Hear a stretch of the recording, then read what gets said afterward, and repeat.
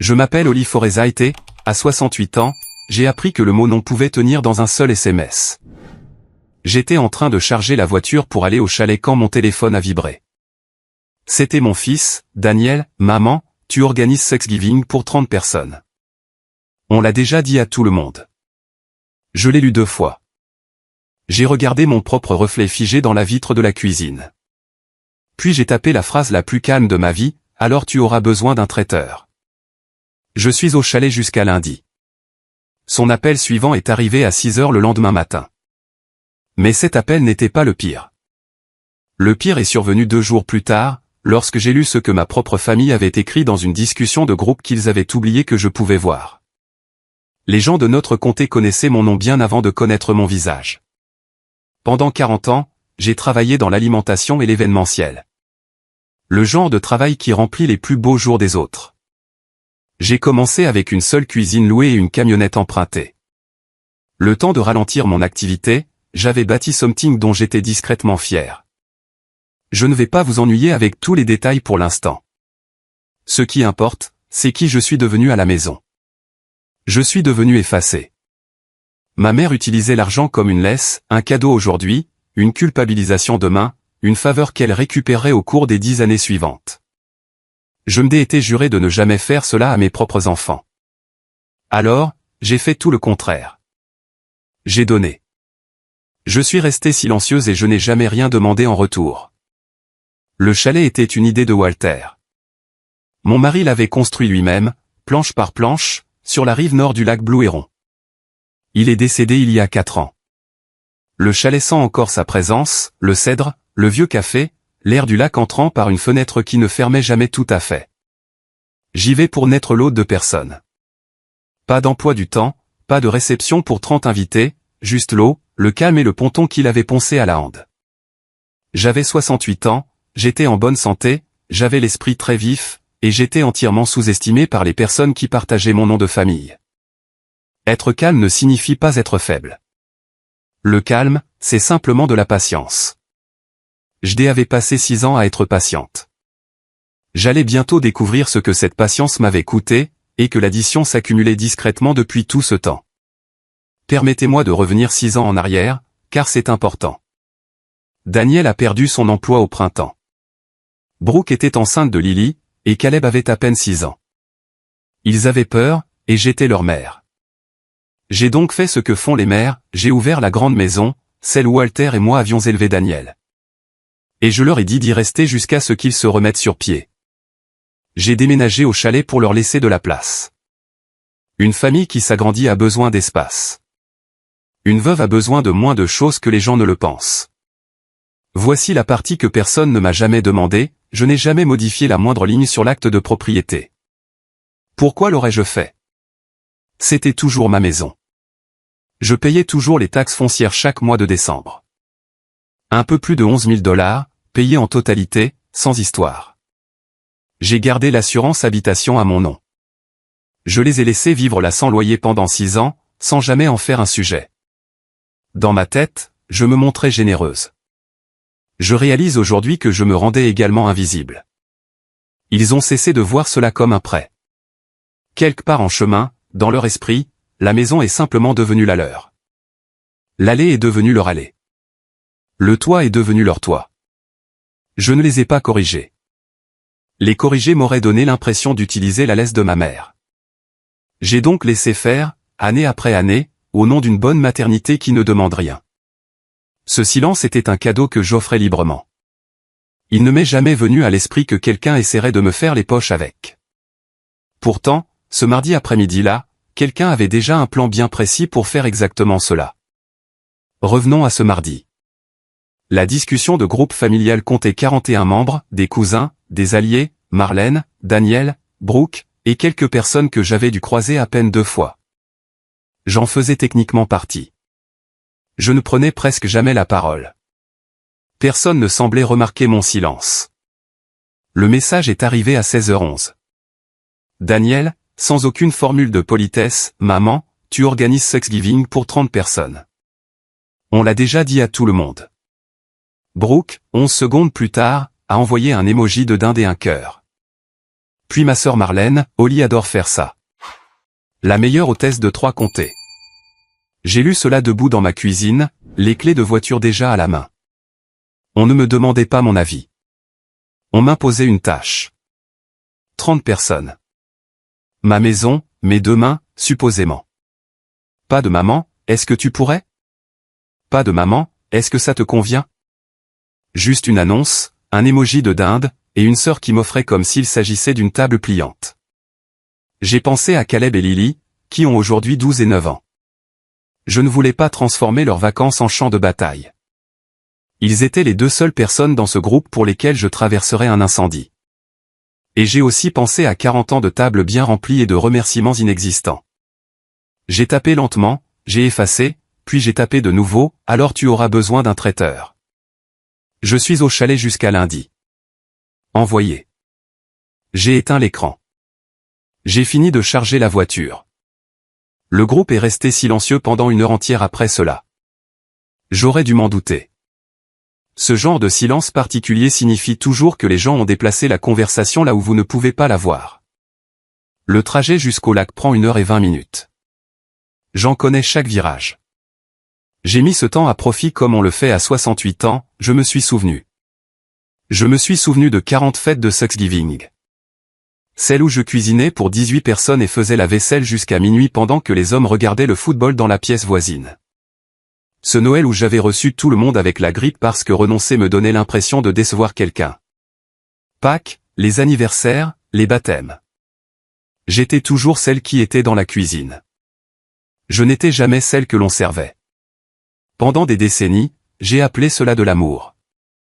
Peut-être qu'une partie l'était, mais l'amour et l'habitude finissent par s'en mêler. Et au bout d'un moment, les gens cessent de voir la personne et ne voient plus que le service rendu. Il y a une phrase que j'ai lue une fois et qui m'est restée en tête, le manque d'organisation des autres n'est pas votre urgence. J'avais passé ma vie entière à être l'urgence de tout le monde. Je n'étais pas fatigué parce que j'étais vieille. J'étais fatigué parce que j'étais utile. Utile, et rien d'autre. Cette fois-ci, pourtant, c'était différent. La froideur de la formulation, on l'a déjà dit à tout le monde. Ce n'était pas une demande qui présupposait un oui, c'était une décision prise sans que j'aie besoin d'être dans la pièce. Pourquoi annoncer une chose à toute la famille avant d'avoir demandé à la seule personne qui doit faire le travail? Lorsque j'ai bifurqué sur le chemin de terre menant au chalet, je n'avais pas de réponse. J'avais une question qui ne me quittait pas, et une étrange patience froide s'installait dans ma poitrine comme la première neige de l'année. Marlène m'a appelé ce soir-là pendant que je déballais mes courses au chalet. Ma jeune sœur a une voix bien particulière lorsqu'elle veut quelque chose, mielleuse en surface, tranchante en dessous. « Oli, ma chérie, dit-elle. Ne rends pas les choses difficiles pour les enfants. » Je ne rends rien difficile, Marlène. Daniel est stressé. Brooke est stressé. Ton désistement donne l'impression que tu es égoïste. Je ne me suis désisté de rien, ai-je répondu. On ne m'a jamais invité à participer. Elle a soupiré, un long soupir théâtral. Les gens commencent à s'inquiéter pour toi, Oli. Cela m'a arrêté. S'inquiéter pour moi? Comment ça? Tu as été distraite, distante, toujours isolée dans ce chalet tout le temps. Un silence. C'est une bien grande maison pour une femme confuse qui y tourne en rond. J'ai posé ma brique de lait très délicatement sur le comptoir. Marlène, ai-je dit, comment sais-je que le dîner est pour 30 personnes? Je ne l'ai vu qu'il y a 1 heure.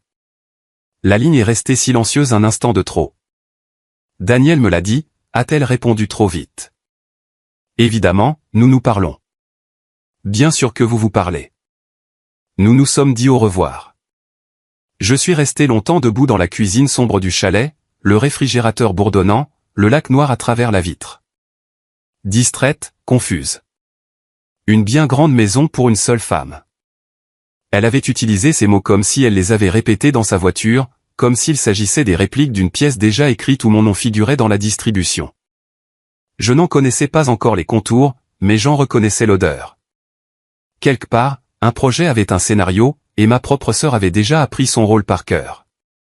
Comme je n'arrivais pas à dormir, j'ai fait ce que je fais quand Walter me semble loin. J'ai descendu sa boîte en cèdre de l'étagère du placard. Il y gardait tout, notre photo de mariage, dont les coins étaient devenus doux comme du tissu, la clé en laiton de la toute première cuisine que j'avais louée, un ticket de cinéma pour un film dont aucun de nous ne se rappelait le titre. L'odeur du cèdre s'est élevée comme une main rassurante posée sur mon épaule. Sous les photographies se trouvait le dossier contenant l'acte de propriété de la maison. Une seule page officielle, un peu jaunie au pli. Bénéficiaire, Oli Forezait. Un seul nom. Le mien uniquement. Walter l'avait mise à mon nom des années auparavant pour des raisons fiscales auxquelles nous avions cessé de penser depuis longtemps. Je le tenais sans intention stratégique. Je ne tenais pas une arme. Je tenais la maison où j'avais soigné Daniel de la varicelle, où Walter était mort dans la chambre du fond, sa main dans la mienne. J'ai touché la vieille clé en laiton. J'ai remis l'acte sous les photos. J'ai refermé le couvercle. Je me suis dit que la pire partie de cette semaine n'était qu'un SMS impoli et une sœur à la langue bien pendue. Je me suis préparé une tasse de thé que je n'ai pas bu, et je me suis couché. Dehors, le lac ressemblait à un miroir noir sous une demi-lune. J'avais une simple feuille de papier dans une boîte en cèdre qui pouvait mettre fin à n'importe quel argument que cette famille pourrait un jour inventer. Je ne savais simplement pas encore que j'allais en avoir besoin. L'appel est arrivé à 6 heures. Mon téléphone a sonné précisément à 6h02 du matin. Le lac était encore gris. Je savais avant de regarder qu'il s'agissait de Daniel. Je m'attendais à des excuses. Je veux être honnête à ce sujet. Une petite partie de moi espérait qu'il dirait « Maman, j'ai dépassé les bornes. » Ce n'est pas ce que j'ai obtenu. « Qu'est-ce que tu as fait ?» dit-il. Pas de bonjour, une voix tendue, serrée, presque un sifflement. « Bonjour à toi aussi », ai-je répondu. Le traiteur refuse de confirmer la réservation. Il n'arrête pas de demander qui est le propriétaire de la maison. Pourquoi me demande-t-il ça, maman ?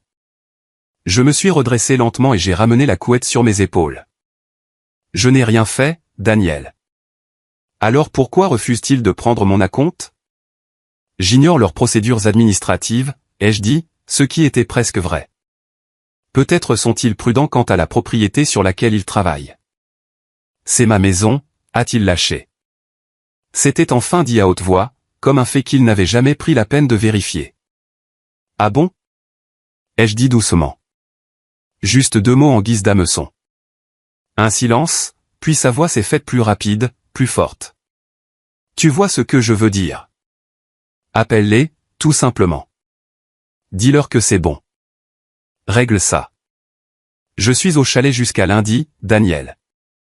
Alors tu auras besoin d'un traiteur, ai-je dit. Je te l'ai déjà dit. J'ai raccroché. Mes mains étaient parfaitement stables. J'ai remarqué cette stabilité comme on remarque le temps qu'il fait, avec une légère surprise. Il pensait que le problème venait d'un prestataire obstiné. Le problème était une question qu'il ne s'était jamais posée de toute sa vie, quel nom figurait sur l'acte de propriété de la maison. Et le plus étrange, c'est que je ne comprenais toujours pas tout à fait pourquoi ils étaient si désespérés, si tôt, alors que les fêtes étaient encore à plus d'une semaine. Cette réponse est arrivée le lendemain matin, et elle était pire que tout ce que j'aurais pu imaginer. J'ai bu mon café sur le ponton en y réfléchissant. Réserver un traiteur la semaine précédant Thanksgiving est presque impossible. Toutes les bonnes cuisines du comté sont réservées dès la mi-octobre. Si Daniel avait réussi à trouver quelqu'un avec un créneau libre pour 30 couverts si près de la fête, il n'y avait qu'une seule entreprise possible. La plus grande, la meilleure, celle dont je connaissais le nom mieux que mon propre reflet. Cette entreprise a une règle que je connais par cœur, pour tout grand événement privé, le contrat doit être signé par le propriétaire enregistré de la propriété, pas par un invité, pas par un locataire, mais par la personne dont le nom figure sur l'acte de propriété enregistré au bureau du comté. En plus d'un dépôt de garantie en cas de problème. C'est une règle intelligente. Elle protège l'entreprise des situations délicates où quelqu'un organise une réception fastueuse dans une maison qui ne lui appartient pas.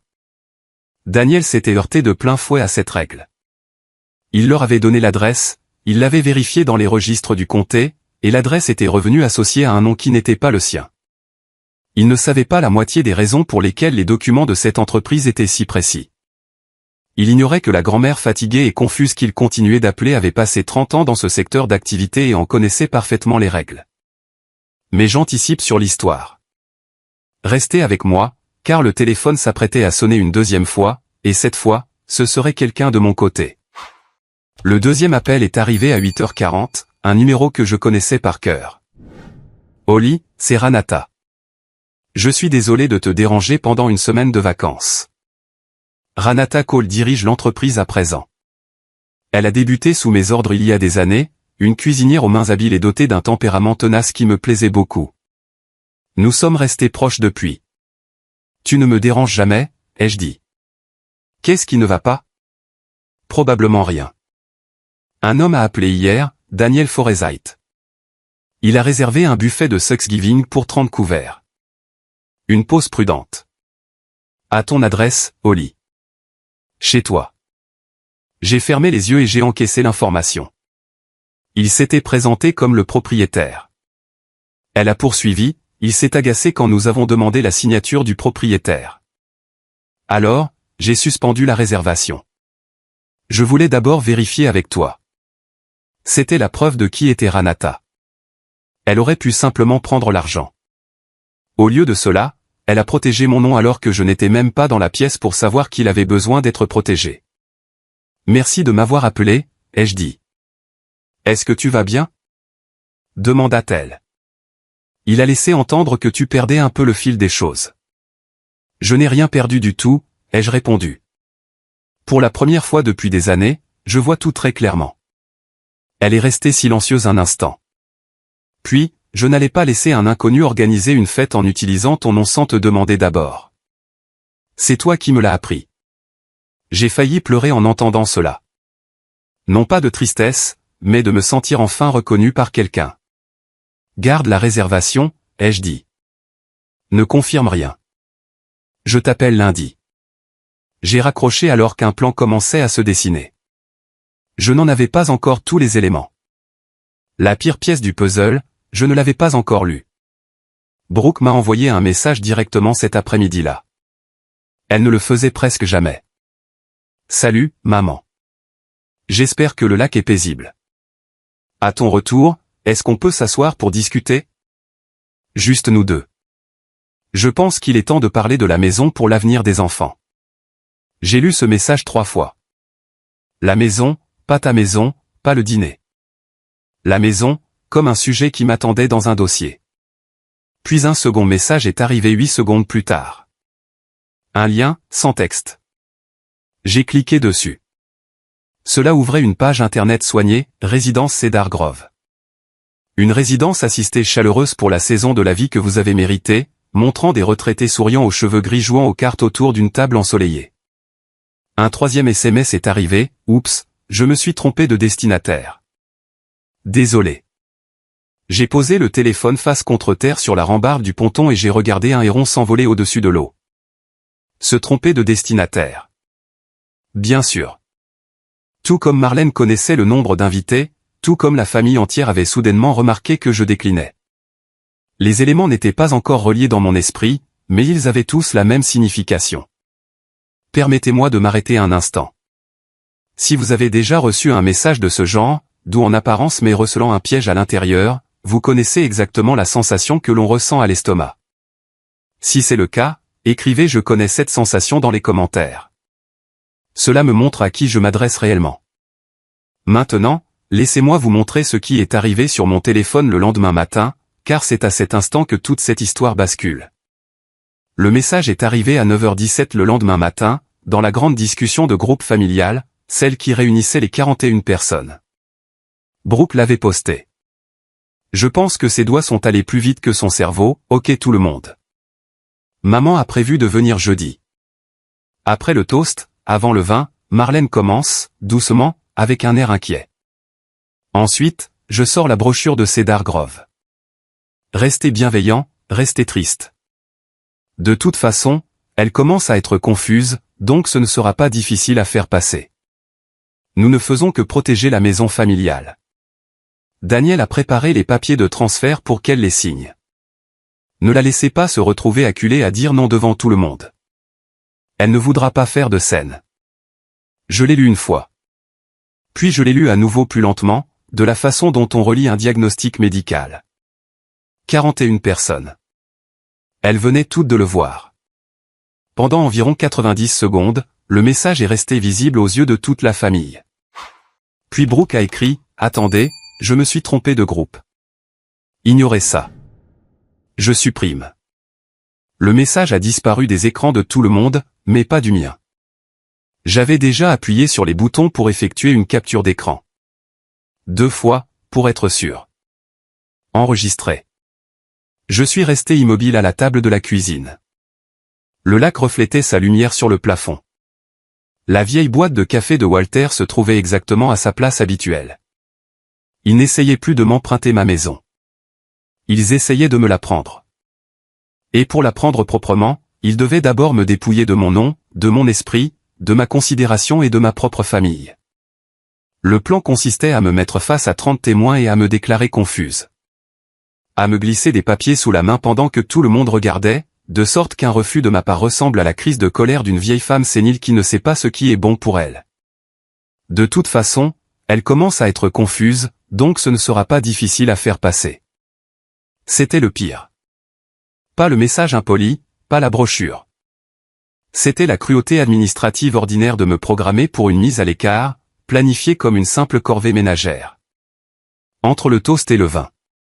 Je n'ai pas pleuré. Je n'ai insulté personne. Je me suis levé, j'ai préparé une théière et j'ai laissé infuser le thé pendant 4 minutes complètes. Ils ne voulaient pas seulement ma maison. Ils me voulaient hors d'état de nuire.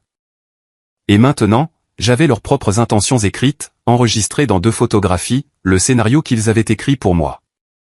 J'allais écrire la fin moi-même. Voici ce que j'aimerais que vous compreniez à propos des gens calmes, nous n'explosons pas. Nous clarifions les choses. Je n'ai pas hurlé face au lac. Je n'ai pas appelé Daniel pour pleurer au téléphone. J'ai versé le thé. Je me suis assise. Et je me suis laissé ressentir toute la douleur que cela me causait. Cela faisait mal comme une ecchymose profonde qu'on ne remarque pas avant que quelque chose n'appuie dessus. Puis je me suis levé et j'ai repris la boîte en cèdre. J'en ai sorti l'acte de propriété, la même feuille que je tenais 2 soirs auparavant, mais je la tenais différemment cette fois. 2 jours plus tôt, c'était un souvenir. Ce matin, c'était un outil. Un seul nom, le mien, unique propriétaire. Pas de co-signataire avec qui argumenter, pas d'hypothèque à utiliser contre moi. La maison était, au sens juridique le plus strict, entièrement la mienne. Pendant 6 ans, j'avais gardé le silence à ce sujet, terrifié à l'idée de devenir comme ma mère, le genre de femme qui agite un acte de propriété comme un fouet. J'avais cédé mon propre terrain pour éviter d'empiéter sur le leur. Mais il y a une différence entre utiliser l'argent pour contrôler ses enfants et refuser simplement de se laisser dépouiller. Il m'aura fallu 68 ans pour l'apprendre. Je l'ai appris à une table de cuisine avec du thé froid et une page unifiée entre les mains. Je n'allais contrôler personne. J'allais simplement cesser de m'effacer. J'ai également photographié l'acte de propriété. J'avais désormais 3 images enregistrées dans mon téléphone, l'acte et les 2 captures d'écran de leur plan. Puis j'ai pris mon téléphone et j'ai appelé la seule personne qui nous connaissait, Walter et moi, depuis 30 ans. Mon avocate a répondu à la seconde sonnerie. Estelle Brandt est mon avocate et mon amie depuis l'époque où aucune de nous 2 n'avait de cheveux gris. Elle ne perd pas son temps en paroles inutiles. J'ai toujours apprécié cela chez quelqu'un. Je lui ai tout raconté, le SMS, le traiteur, l'inquiétude feinte de Marlène, la brochure, le message dans la discussion de groupe. Je lui ai lu chaque mot de ma capture d'écran. Elle est restée silencieuse quand j'ai eu fini. Puis, Holly, tu es toujours propriétaire exclusif de la maison. Un seul nom, le mien. Et ils vivent là depuis combien de temps? En payant quoi? 6 ans. Rien. Pas de bail, pas de loyer, pas $1. Alors ce sont des occupants à titre gratuit, a-t-elle dit. Sans bail écrit, sans durée fixée. Dans cet état, tu peux mettre fin à cet arrangement par un simple avis écrit. Un préavis de 30 jours. Tout simplement? Tout simplement. Ce n'est pas un coup de théâtre. Ce n'est pas un piège. C'est la partie la plus ancienne et la plus simple du droit immobilier. J'ai relâché un soupir que je pense avoir retenu depuis 9h17. On peut faire plus, a-t-elle poursuivi. Nous pouvons placer la maison dans un trust. Tu désignes les bénéficiaires. Tu fixes les conditions. Ainsi, personne ne pourra plus jamais te faire pression pour que tu l'abandonnes, car il n'y aura plus rien de disponible à signer. C'est verrouillé d'une manière que toi seul contrôles. Caleb et Lily, ai-je dit immédiatement. Les petits-enfants, lorsqu'ils seront majeurs. Nous pouvons tout à fait faire cela. Pas de clause secrète, pas d'embuscade habile, juste un préavis et un trust. Les deux sont aussi simples que la pluie. Estelle, ai-je demandé, en combien de temps peux-tu rédiger tout cela? Viens lundi matin. Apporte l'acte de propriété. Lundi. Je leur avais dit lundi. Je tiens toujours parole. Estelle voulait régler cela en douceur. Je comprenais pourquoi. Nous pourrions envoyer le préavis aujourd'hui, dit-elle doucement. De manière privée, sans public. Tu n'aurais même pas à assister à ce dîner. C'était un bon conseil. C'était le conseil que j'aurais donné à n'importe qui d'autre. Non, ai-je dit. Non. Ils ont prévu de faire cela devant 30 personnes, Estelle. Ils voulaient des témoins. Ils me voulaient acculé et affaibli dans une pièce pleine de parents. J'ai regardé le lac. Alors la vérité doit éclater dans cette même pièce, calmement, devant ces mêmes témoins. Tu n'as rien à prouver à ces gens. Je ne prouve rien, ai-je dit. Je vais simplement cesser de cacher ce qui est déjà vrai. Elle a soupiré, mais j'ai perçu le sourire derrière son soupir. Tu vas te jeter directement dans ta propre embuscade. Je vais tenir parole et venir pour Thanksgiving, ai-je dit. Je vais simplement apporter les bons documents. Il me restait un appel à passer. J'ai composé le numéro de Ranata. Confirme la réservation, lui ai-je dit. 30 couverts pour jeudi. Et Ranata, j'aimerais que tu gères cet événement toi-même, sur place, personnellement. Une pause. Pour le dîner de ta famille? Pour le dîner chez moi, ai-je dit. Je veux que la décharge du propriétaire soit signée en personne par le propriétaire. Elle a compris bien plus que ce que j'avais formulé. Je serai là à midi, dit-elle. J'ai raccroché et j'ai regardé le héron revenir sur le rocher plat qu'il choisissait toujours. Lundi, je signerai. Jeudi, je me présenterai, et je ne lèverai pas la voix une seule fois. Lundi matin, je suis retourné en ville. J'ai tenu parole. J'avais dit que je restais au chalet jusqu'à lundi, et c'est ce lundi que je l'ai quitté. Le bureau d'Estelle sent le vieux papier et le bon café. Je suis resté assise en face d'elle pendant 2 heures complètes. J'ai signé l'avis de congé de 30 jours. Nous ne l'avons pas encore signifié. Nous l'avons daté, scellé et mis de côté pour jeudi. J'ai signé les documents du trust. La maison, dans sa moindre brique, serait conservée pour Caleb et Lily jusqu'à ce qu'ils atteignent chacun l'âge de 25 ans. Je pouvais y vivre, la louer ou la laisser fermer à ma guise pour le reste de mes jours. Après moi, elle revenait directement aux enfants. Personne ne pouvait l'acheter, la réclamer ou me la soutirer par la ruse. Il n'y avait tout simplement plus rien que l'on puisse m'obliger à signer. Estelle avait fait faire une copie certifiée conforme de l'acte de propriété pour moi, propre, tamponnée, officielle. Je l'ai plié en 3 et je l'ai glissé dans mon sac à main à côté de l'avis scellé et de l'impression des 2 captures d'écran. Puis j'ai envoyé un message sur la discussion familiale, charmante comme tout, j'ai hâte d'être à jeudi, tout le monde. Gardez-moi une place. Daniel a répondu en moins d'1 minute, tellement heureux que tu aies changé d'avis, maman. J'ai failli rire à haute voix. Il pensait que j'avais cédé. Il s'imaginait qu'un message doux signifiait ma capitulation.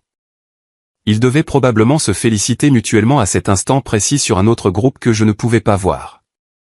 Je les ai laissés le croire. Une femme calme connaît la valeur exacte d'une bouche cousue. J'avais 4 jours. L'acte de propriété était dans mon sac à main. La boîte en cèdre était restée au chalet, mais sa feuille unique m'accompagnait partout désormais.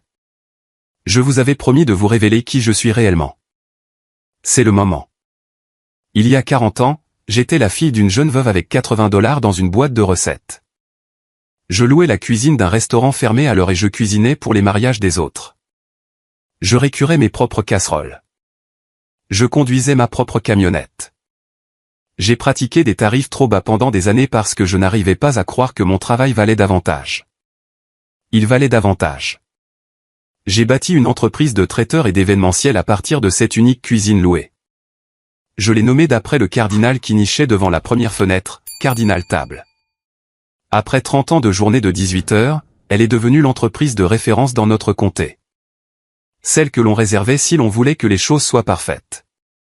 Oui, cette entreprise-là. Celle que Daniel avait appelée en panique. Celle que Ranata dirige. Celle dont les procédures méticuleuses avaient discrètement enrayé toutes leurs combines avant même qu'elles n'arrivent sur la table. Je l'ai bâtie à partir de rien, et mon nom figure toujours sur l'enseigne. J'ai organisé le mariage de la fille du maire, les galas de l'hôpital, le 50e anniversaire du country club. La moitié des personnes qui allaient s'asseoir à cette table de Thanksgiving avaient mangé des plats que j'avais conçus, dans de la vaisselle que j'avais choisie, servis par un personnel que j'avais personnellement formé. J'ai vendu mon rôle opérationnel il y a 5 ans et j'ai confié la cuisine à Ranata. Mais les règles restent celles que j'ai écrites. Ma famille voyait en moi une grand-mère fatiguée qui aimait son petit chalet tranquille. Ils avaient oublié, ou n'avaient jamais pris la peine d'apprendre, que j'avais dressé les tables que tout ce comté avait appris à copier. C'est le propre des gens sous-estimés, c'est discret, c'est solitaire, et c'est le déguisement le plus utile qu'une femme puisse jamais revêtir. Jeudi, j'allais retirer ce déguisement à ma propre table, devant tout le monde. Il me fallait juste supporter 3 jours de plus à m'entendre dire à quel point j'étais confuse. Mercredi, je suis passé à l'entreprise. Par habitude, peut-être. Ou peut-être voulais-je simplement me tenir dans ma cuisine une fois de plus avant que tout ne change. Ranata m'a rejointe au poste de préparation. La cuisine s'activait autour de nous comme une marée, une douzaine de cuisiniers, l'odeur de la sauge et des os qui rôtissent, des plaques de cuisson empilées presque jusqu'au plafond. 30 couverts préparés, dit-elle. Chez toi, jeudi midi. 2 dindes, la canneberge que tu aimes, la farce au pain de maïs, personnel complet. Et la décharge? Ai-je demandé. Standard, répondit-elle. Chaque grand événement se termine par une signature sur place. Le propriétaire enregistré signe notre décharge à la table avant que nous ne clôturions la prestation. Cela valide le dépôt de garantie et libère la propriété de toute responsabilité. Pas de signature du propriétaire, pas d'achèvement de la prestation. Elle m'a jeté un regard franc. Le propriétaire enregistré, que le système du comté identifie comme une certaine Holly Forsythe. C'est bien ce qu'il indique, ai-je acquiescé. Daniel s'est enregistré lui-même, dit-elle. Quand mon bureau a signalé l'incohérence, il nous a dit que sa mère âgée confondait ce qui lui appartenait. Un silence. Je ne l'ai pas corrigé. Je me suis dit que tu préférerais t'en charger toi-même. J'ai posé ma main sur la sienne sur le comptoir en acier froid. Ranata, ai-je dit, jeudi, dresse le dîner exactement comme prévu. Sers chaque plat. Puis, pendant le repas, apporte la décharge à la table et lit à haute voix qui doit la signer pour que toute la pièce l'entende. J'ai marqué une pause. Pas de passe-droit, pas de mise en scène, juste votre procédure habituelle et rigoureuse. Elle a souri. Le sourire d'une femme qui attendait depuis 15 ans de me voir reprendre le contrôle d'une pièce. La procédure, dit-elle, est la chose la plus impitoyable au monde. C'est toi qui me l'as appris aussi. J'ai quitté la cuisine en me sentant, pour la première fois de la semaine, tout à fait calme. Le piège qu'ils avaient construit comportait un élément qu'ils ignoraient, et cet élément portait ma signature. Demain, c'était Thanksgiving. J'ai appris plus tard à quel point ils étaient confiants.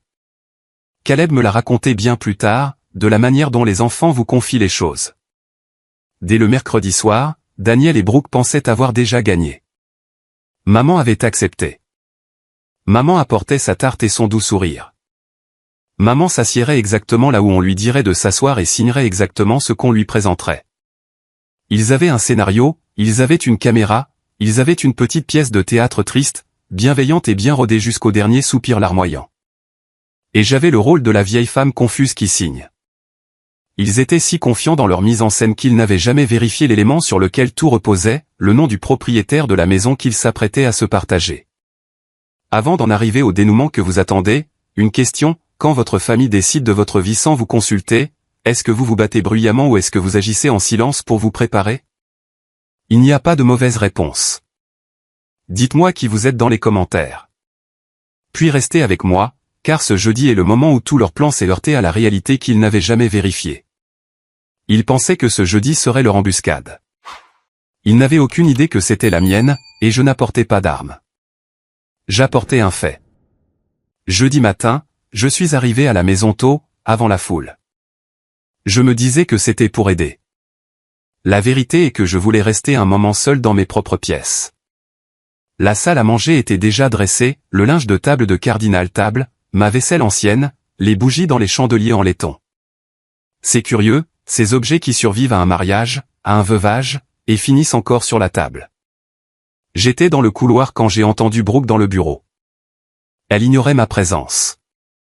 Elle parlait à Lily d'une voix basse et pressante, « Tout va bien se passer, ma chérie. Nous ne allons pas perdre cette maison.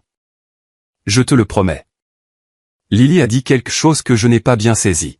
« Parce que j'ai grandi sans rien, » a dit Brooke, sa voix se brisant nettement sur le mot rien. 3 appartements en 2 ans. Je ne te laisserai jamais vivre cela. Jamais. Je me tenais dans le couloir, mon sac à main à l'épaule, et la situation est devenue plus complexe. Ce n'était pas un personnage malveillant de caricature. C'était une femme effrayée qui avait décidé que ma sécurité était le juste prix à payer pour la sienne. Je connaissais cette peur précise. J'avais bâti toute une entreprise pour la fuir. Pendant un instant, j'ai failli faiblir.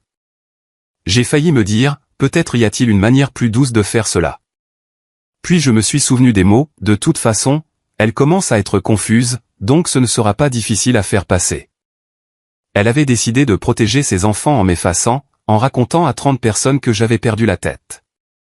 La peur explique son geste, elle n'excuse pas la brochure.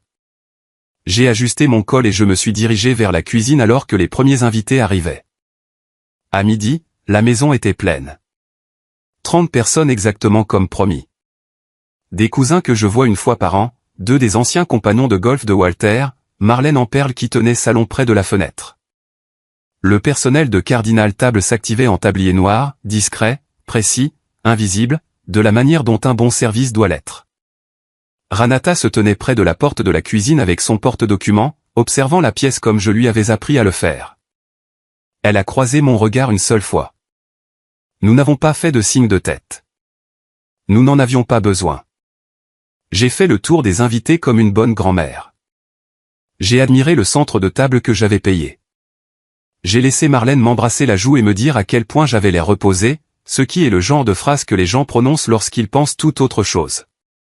Caleb m'a trouvé près de l'escalier et m'a serré fort dans ses bras. Lily m'a montré sa dent qui bougeait, avec une grande fierté. Je suis resté avec eux 2 minutes de plus qu'ils ne le pensaient. Mon sac à main est resté à mon épaule tout ce temps. À l'intérieur, plié en 3, l'acte de propriété, l'avis scellé, les captures d'écran imprimées. Je n'y ai pas touché. J'en ressentais simplement le poids rassurant contre ma hanche. Daniel jetait des regards fréquents vers le bout de la table où une feuille de papier reposait face cachée à côté d'un stylo. Il pensait que je ne l'avais pas vu. Je l'avais remarqué dès que j'avais passé le pas de ma porte. Brooke me souriait depuis l'autre bout de la pièce, un sourire chaleureux, triste, répété. J'ai souri en retour. L'une de nous savait ce que contenait mon sac. L'autre allait bientôt le découvrir. Le personnel de Ranata a servi les assiettes à 13h30. La dinde, la farce, la canneberge que j'aime. La pièce s'est remplie du bruit chaleureux de 30 personnes en train de manger. Daniel s'est levé à 13h52. J'ai consulté ma montre exprès pour m'en souvenir plus tard. Il a tapoté son verre avec la lame d'un couteau. La pièce s'est tue de cette manière attentive et ravie. Avant d'aller plus loin, dit-il, je veux que nous parlions de quelque chose en famille, à propos de maman et de la maison. Quelques visages se sont tournés vers moi, bienveillants et sans méfiance. Marlène a posé sa fourchette au signal convenu. Nous l'avons tous remarqué, dit-elle d'une voix douce et grave. Holly n'est plus tout à fait elle-même, elle oublie des choses, seule dans ce chalet tout le temps. Elle a posé une main sur son cœur. Nous t'aimons, ma chérie.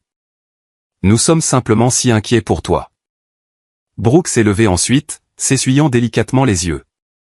Elle a sorti de son sac un dépliant glacé qu'elle a posé sur la nappe blanche, en le tournant pour que toute la table puisse le lire, Résidence Cedar Grove, des retraités souriants jouant aux cartes. Elle commence à être confuse, dit doucement Brooke à toute la pièce. Nous ne faisons que protéger la maison familiale pour les enfants. Une cousine a sorti son téléphone et a commencé à filmer, braquant l'objectif sur moi. Pour les souvenirs, pour le dossier. 30 visages se sont tournés vers moi, affichant tous cette compassion condescendante que les gens adoptent lorsqu'ils ont décidé que vous étiez à plaindre. J'ai posé ma fourchette. J'ai croisé les mains sur mes genoux, et je n'ai rien dit. Pas encore. Laissez-les finir leur pièce. Je voulais qu'ils s'avancent tous bien loin sur la branche avant que je ne précise, de ma voix la plus ordinaire, à qui appartenait l'arbre. Daniel a pris la feuille qui attendait face cachée au bout de la table. Il l'a apportée lui-même avec le stylo, comme un fils apportant un présent à sa mère. Il l'a posée à côté de mon assiette et s'est accroupi près de ma chaise pour que toute la pièce puisse voir à quel point il se montrait doux et attentionné. Signe simplement ça, maman, dit-il d'une voix basse et rassurante. Cela met la maison à nos noms, ainsi tu n'auras plus à te soucier de rien. Nous allons nous occuper de tout. Tu peux enfin te reposer. J'ai regardé le document. Un acte de renonciation. Transfert de propriété de Holly Forsythe à Daniel et Brooke Forsythe.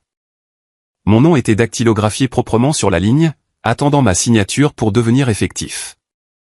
Pour la tranquillité d'esprit de tout le monde, a ajouté Marlène depuis l'autre bout de la table. La salle a retenu son souffle.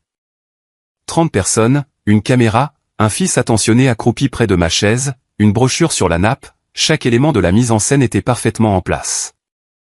Je veux que vous sachiez exactement ce que j'ai ressenti à cet instant.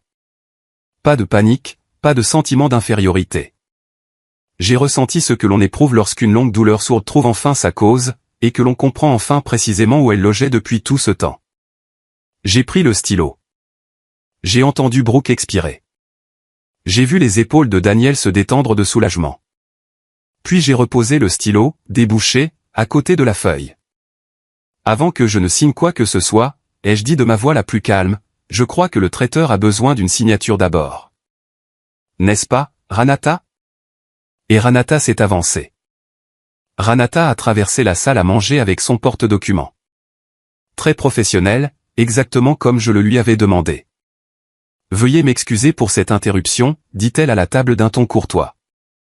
C'est la procédure de l'entreprise. Avant de clôturer un événement de cette envergure, le propriétaire enregistré de la propriété doit signer notre décharge en personne. Cela valide le dépôt de garantie et dégage notre responsabilité. Daniel s'est redressé. C'est moi. C'est moi qui ai réservé.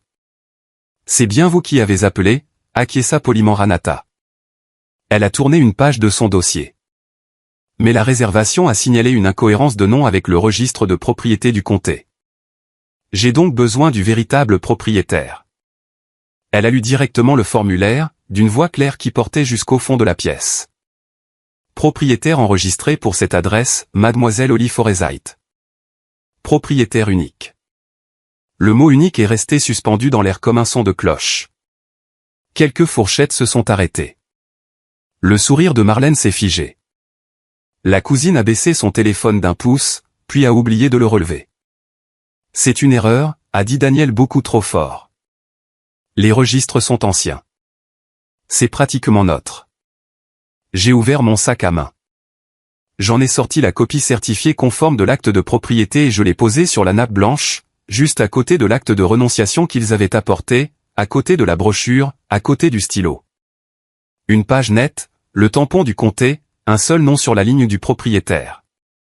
Ce n'est pas ancien, ai-je dit doucement. Et ce n'est pas une erreur. 30 personnes se sont penchées pour lire. Toute la pièce était devenue extrêmement silencieuse. Je me suis levé. Je n'y étais pas obligé, mais je voulais être à hauteur d'yeux avec ma famille pour prononcer ces mots. J'ai gardé la voix basse, plus basse que l'ambiance de la pièce.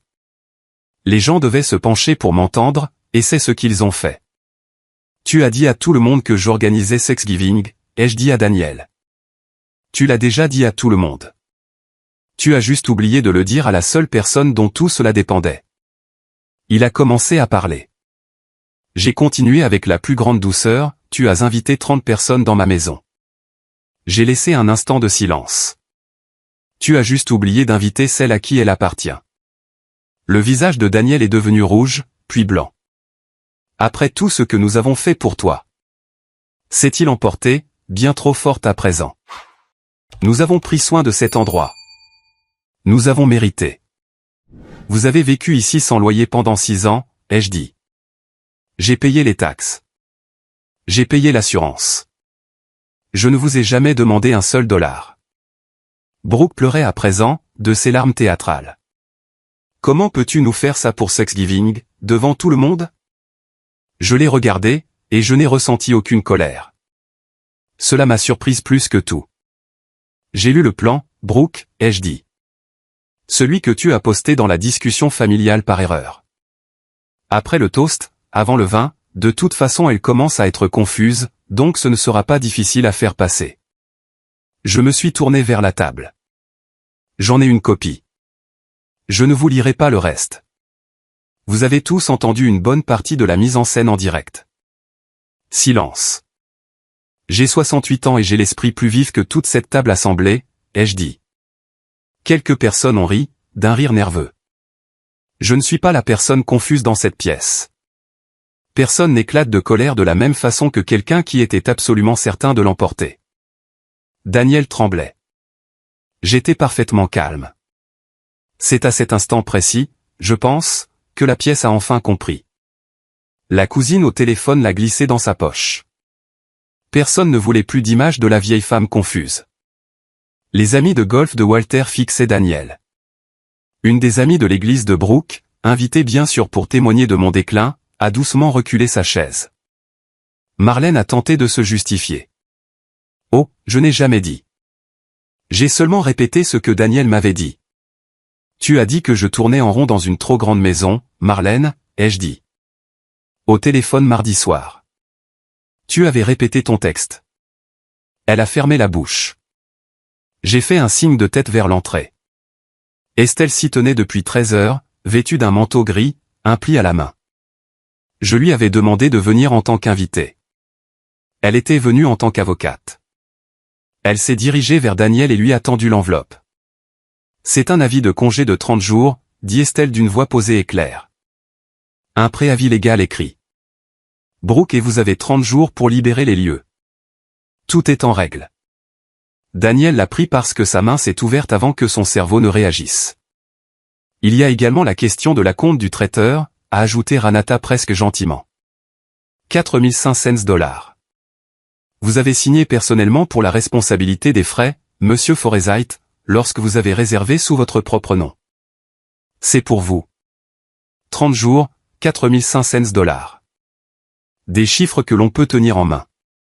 Des chiffres qui ne se soucient pas de savoir si l'on pleure à table. La pièce était terminée. Nul n'avait besoin de l'annoncer. On pouvait le lire clairement sur les 30 visages. J'ai pris mon sac à main. J'ai laissé l'acte de propriété sur la table pour qu'il le lise aussi longtemps qu'il le souhaitait. Je n'ai pas triomphé. Il ne restait rien en moi qui le souhaitait. La douleur avait trouvé sa place et s'était apaisée. Je me suis penché vers Caleb et Lily, qui avaient observé toute la scène les yeux grands ouverts depuis le bout de la table. Rien de tout cela ne vous concerne, vous deux, leur ai-je dit. Je vous aime plus que tout. Je vous verrai très bientôt, je vous le promets. Lily m'a serré le cou. Caleb, 12 ans, essayant de se montrer fort, a cligné des yeux rapidement et a hoché la tête. Je me suis redressé et j'ai parlé à la pièce d'une voix claire, le dîner est entièrement payé, ai-je dit. Absolument tout. S'il vous plaît, asseyez-vous, mangez, profitez. La dinde est la meilleure de 3 comtés. Je me suis autorisé un sourire. Marlène vous le dira. J'ai remercié Ranata à la porte et j'ai serré sa main. 15 ans.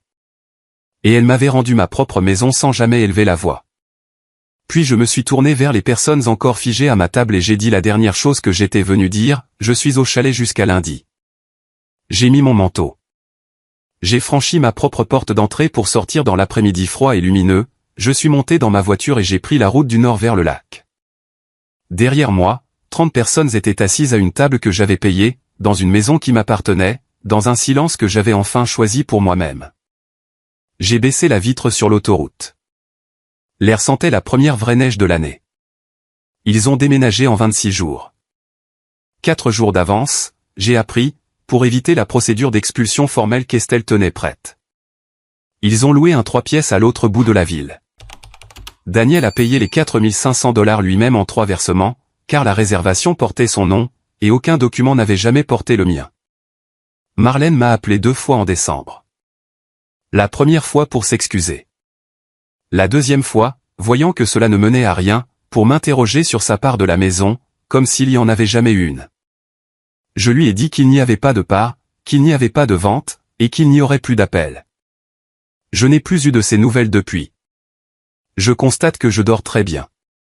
La vidéo de la cousine n'a jamais été diffusée. Mais les amis de l'église de Brooke parlent, comme les gens le font toujours. En l'espace d'un mois, elle s'était retirée discrètement du comité des fêtes qu'elle affectionnait tant. Personne ne l'a poussée dehors, ils ont simplement cessé de lui réserver une place. Je n'ai pas mis la maison en vente. Je n'y ai pas réemménagé non plus. J'ai demandé à Estelle de finaliser le trust à la place. La maison est désormais conservée pour Caleb et Lily, chacun devant la recevoir à ses 25 ans. Personne ne pourra plus jamais me faire pression pour me la prendre, car il n'y a plus rien de disponible à signer. C'est verrouillé de la seule manière que je contrôle. Voici la partie qui compte le plus pour moi, j'ai gardé mes petits-enfants. C'était la chose que j'avais le plus peur de perdre à la table de la cuisine avec le thé froid. Je les prends un samedi sur 2. Lily a fini par perdre sa dent. Caleb est plus grand que moi à présent. Nous faisons des pancakes au chalet et lançons des cailloux depuis le ponton de Walter. Et nous ne parlons pas du tout de ce Thanksgiving. Daniel et moi nous parlons parfois, avec prudence. Il ne s'est jamais excusé. Pas vraiment. Il a dit qu'il subissait beaucoup de pression, ce qui est une formule bien commode. Je le laisse garder sa version des faits.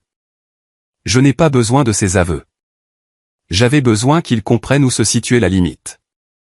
Maintenant, il sait que la limite est claire et qu'elle tient bon. Je prépare toujours le repas de Thanksgiving. Je veux que vous sachiez que je ne suis pas amer et que je n'ai jamais cessé d'aimer ma famille. Mais désormais, je cuisine quand on me le demande, pas quand on me l'impose. Il y a un monde de différence entre ces deux expressions. Et il m'aura fallu 68 ans pour y accéder. L'année dernière, j'ai fait rôtir une dinde au chalet pour 6 personnes qui m'ont toutes dit merci. Caleb l'a découpée maladroitement et fièrement. Le chalet est resté mien. La maison est restée dans le trust. Mon nom est resté sur tout ce qui m'appartenait au départ. Je n'ai pas cessé de faire partie de la famille. J'ai cessé d'être un meuble. S'il y a une chose que je devrais vous transmettre, c'est celle-ci, la gentillesse sans limite n'est pas de l'amour. C'est juste une porte que vous avez oublié de verrouiller. C'est mon histoire. Un message, un nom silencieux, un nom sur un acte de propriété. Si elle vous a rappelé que votre générosité vous appartient et n'est pas un acquis pour les autres, partagez-la avec quelqu'un qui a besoin de l'entendre. Laissez un commentaire, abonnez-vous, et à la prochaine fois.